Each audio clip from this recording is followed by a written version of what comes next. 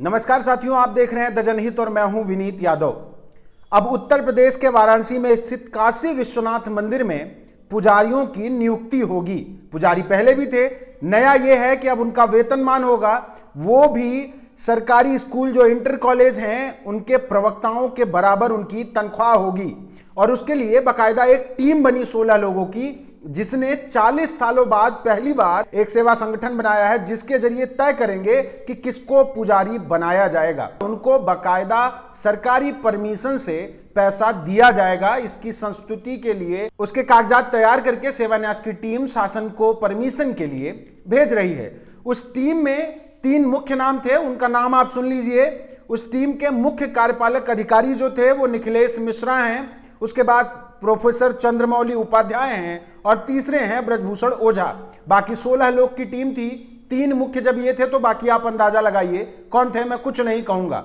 लेकिन जब इतना बड़ा फैसला आ रहा है कि पुजारियों को वेतनमान दिया जाएगा, एक ऐसा फैसला जिसकी मांग आज से तकरीबन 70-80 साल पहले बाबा साहब भीमराव अंबेडकर कर गए थे कि पुजारियों की नियुक्ति बाकायदा सरकारी सिस्टम से की जानी चाहिए, उनकी गिनती होनी चाहिए। वो काम इतने दिन बाद हो रहा है तो उसमें वो सारे काम होने चाहिए जो जरूरी हैं, जो न्याय संगत हैं, जो सामाजिक न्याय संगत हैं। मैं ये क्यों कह रहा हूं? अगर मंदिर में पुजारियों की नियुक्ति की जा रही है तो उसके लिए आप ये रूल क्यों रख रहे हैं कि उनको संस्कृत आनी चाहिए, उनको वेदाध्ययन पहले से ही करना होगा। आप अचानक से रूल ला रहे हैं और मंदिर में पुजारी नियुक्त करेंगे, लेकिन इसमें आप रखेंगे अघोषित आरक्षण, वो आरक्षण जो तय करेगा कि पुजारी सिर्फ ब्राह्मण ही बनेंगे। लेकिन ऐसा नहीं होना चाहिए। क्यों? क्योंकि तमिलनाडु जैसे राज्य जहां एक नजीर पेश हो चुकी है, उन राज्यों से उत्तर प्रदेश जैसे राज्य में कुछ सीखना चाहिए। उस राज्य में जहां सामाजिक न्याय की बात करते भारतीय जनता पार्टी थकती नहीं है। हिंदू ब्राह्मण ही नहीं होते हैं, हिंदू वो सब है जिनको आप हिंदू कह कह के वोट लेते हैं, तो उनका हिस्सा पुजारियों में भी दिया जाना चाहिए। गैर ब्राह्मण पुजारी भी होने चाहिए। मैं इसलिए कह रहा हूं कि तमिलनाडु में एमके स्टालिन की सरकार ने 2021 में यह काम किया था। बाकायदा वहां पर मंदिरों में गैर ब्राह्मण पुजारी नियुक्त करने के लिए एक छोटा ट्रेनिंग प्रोग्राम चलाया गया था और उसके बाद तमाम मंदिरों में गैर ब्राह्मण पुजारियों की नियुक्ति की गई थी। लेकिन कमाल की बात यह है कि भारतीय जनता पार्टी उस राज्य में भी इस बात का विरोध कर रही थी और तमाम अन्य राज्यों में भी अपना वोट बैंक न छिटकने पाए, इसलिए इस बात का विरोध कर रही थी कि गैर ब्राह्मणों को आप पुजारी नहीं बना सकते हैं। लेकिन तमिलनाडु सरकार की इच्छा शक्ति देखिए कि वहां तमाम मंदिरों में अब गैर ब्राह्मण पुजारी भी होंगे।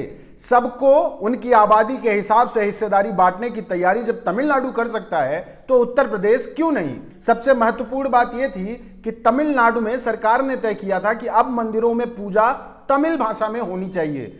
इसलिए अगर उत्तर प्रदेश में भी आप मंदिरों में पुजारी नियुक्त कर रहे हैं तो संस्कृत की अनिवार्यता खत्म करिए।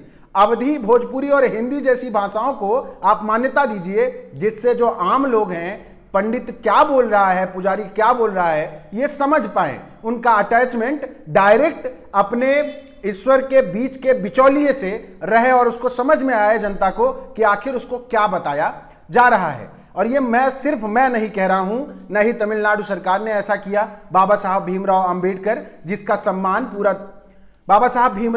जिनका सम्मान पूरा देश करता है, माननीय नरेंद्र मोदी जी करते हैं, मोहन भागवत जी करते हैं। मोहन भागवत जी ने तो ये तक कह दिया था कि इस देश में सनातन धर्म का जो विकृत रूप है वो ब्राह्मणों का किया हुआ है, जातिवाद पंडितों ने बनाई है। मोहन भागवत ने यह स्वीकार किया था। अगर उनका तमाम देवालयों में एक छत्र राज होगा तो आप सोचिए कि आने वाले वक्त में वो और क्या क्या करेंगे। इसलिए हर वर्ग को अधिकार दे दिए जाने चाहिए और मोहन भागवत जी की बात माननीय योगी आदित्यनाथ जी को जरूर माननी चाहिए। यही नहीं, बाबा साहब की भी बात माननी चाहिए। मैं आपको बता दूं कि बाबा साहब इस बारे में क्या सोचते थे।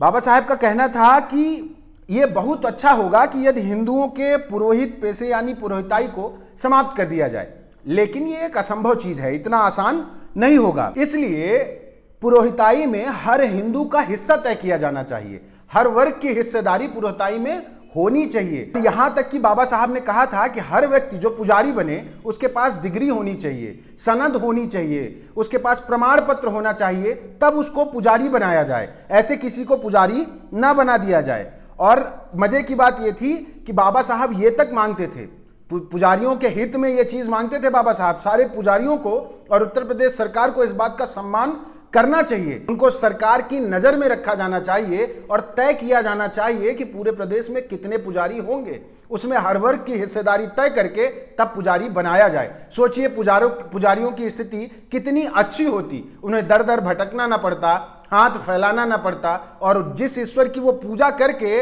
अपने आप को दयनीय बताते हैं वो भी स्थिति नहीं होती। आज 40 साल बाद जब ये फैसला आ रहा है तो इस फैसले में हर वर्ग का हिस्सा बाबा साहब के अनुसार, M.K. स्टालिन के अनुसार, इस देश के संविधान के अनुसार सुनिश्चित किया जाना चाहिए। मानदेय दिया जाए लेकिन दलित पिछड़ों की हिस्सेदारी भी दी जाए, आखिर उनको भी आप हिंदू मानते हैं। बाकी बने रहिए हमारे साथ। चैनल को सब्सक्राइब नहीं किया तो सब्सक्राइब जरूर करिए, क्योंकि आप ही हमारी ताकत हैं। इस पूरे मामले पर आपकी क्या राय है हमारे कमेंट बॉक्स में बताना मत भूलिएगा। धन्यवाद।